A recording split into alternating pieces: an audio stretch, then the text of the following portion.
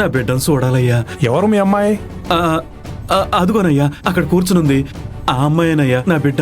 ఓహో, ఆ గ్రామదేవత పండక్కేసా? ఆమె నీ కూతురేనా?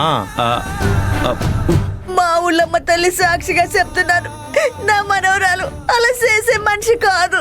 ఇందులో ఏదో తప్పు జరిగిందయ్యా. నా మనవరాలు వదిలేయండి అయ్యా. బయటికి వదలాలా లేదా జైల్లో వేయాలా అని ఇన్స్పెక్టర్ గారు డిసైడ్ చేస్తారు. మీరు ఆ పక్కకు వెళ్ళి నిల్చోండి. ఒకే ఒక్క నిమిషం, నా బిడ్డతో మాట్లాడాలి. పంపించండి అయ్యా. చెప్తే అర్థం కాదా మీకు? ఇప్పుడే కదా మీ కూతురుని తీసుకొచ్చారో. మీరంతా తను చూడాలంటే చాలా టైం పడుతుంది. నేను చెప్తాను, అప్పటి వరకు ఆ పక్కన నిల్చోండి.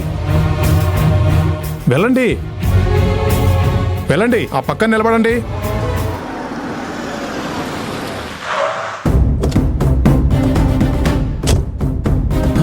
విసిగించకుండా వెళ్ళండి అమ్మా. శనయ్య గారు, ఏమైంది ఏమైంది మావయ్య? మీరు వచ్చేసారా? మీకేం కాలేదు కదా? నాకేం కాలేదు. ఏమైంది? బాబు, నిలబెండి, పోలీసులు తీసుకొచ్చారు. లోపలే ఉంది బాబు. ఏమంటున్నారు మీరు? అవునయ్యా, మేము ఎంత బతికులాడినా లోపలికి వెళ్ళలేదయ్యా. అవును శనయ్య, మీరు ఎక్కడికి వెళ్ళిపోయారు? మీకేమైందో ఏమోనని చాలా కంగారు పడ్డామయ్యా. I'm really very sorry. అక్కడ సంబరాలు జరుగుతున్నప్పుడు నేను కారులో కూర్చుని లైట్గా తాగుతూ ఉన్నాను.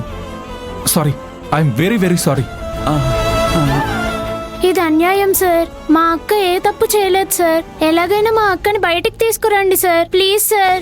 ఆగాగు, కంగారు పడుకు. Cool down cool down. లోపలికి వెళ్ళి మాట్లాడారా? ఏమంటున్నారు?